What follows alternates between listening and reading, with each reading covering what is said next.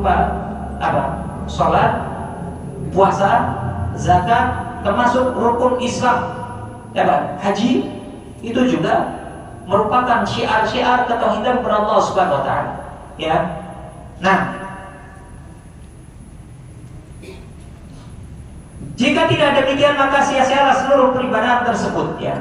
Untuk lebih menyelami keterkaitan hubungan antara tauhid dengan as-sirat al-mustaqim, maka kita renungi ayat Allah Subhanahu wa taala dalam surat Maryam ayat 36, yang dimana Allah berfirman, wa inna Allaha rabbi wa rabbukum fa'budu hada siratun mustaqim, ya.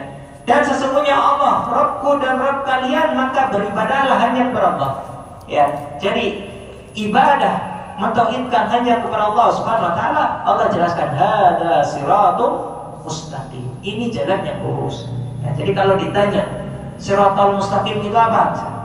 Ya, jalan yang lurus apa? Di antara cakupan as-sirat al-mustaqim yang prinsip dasarnya adalah mentauhidkan Allah Subhanahu wa taala, beribadah hanya kepada Allah Azza wa Jalla. Ya. Nah, karena orang yang beribadah kepada selain Allah Subhanahu wa taala, dia sejatinya sedang melakukan kezaliman terbesar.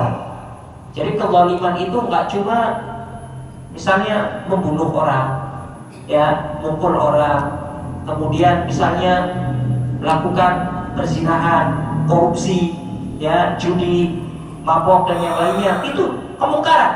Tapi di antara kemungkaran yang banyak tadi, ada kemungkaran yang paling besar, yaitu berupa kesyirikan.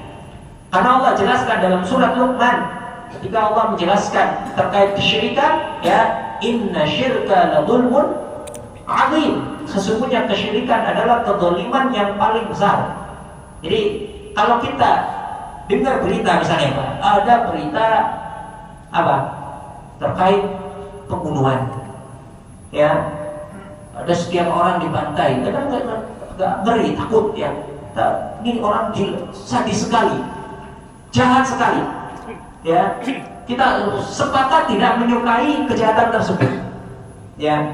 Tapi kalau kita mendengar berita ada misalnya praktek-praktek ritual peribadahan pada selain Allah Azza wa Jalla, dianggap biasa saja, umat agama lain ataupun kesyirikan yang ada di dalam tubuh kaum muslimin seakan-akan biasa saja.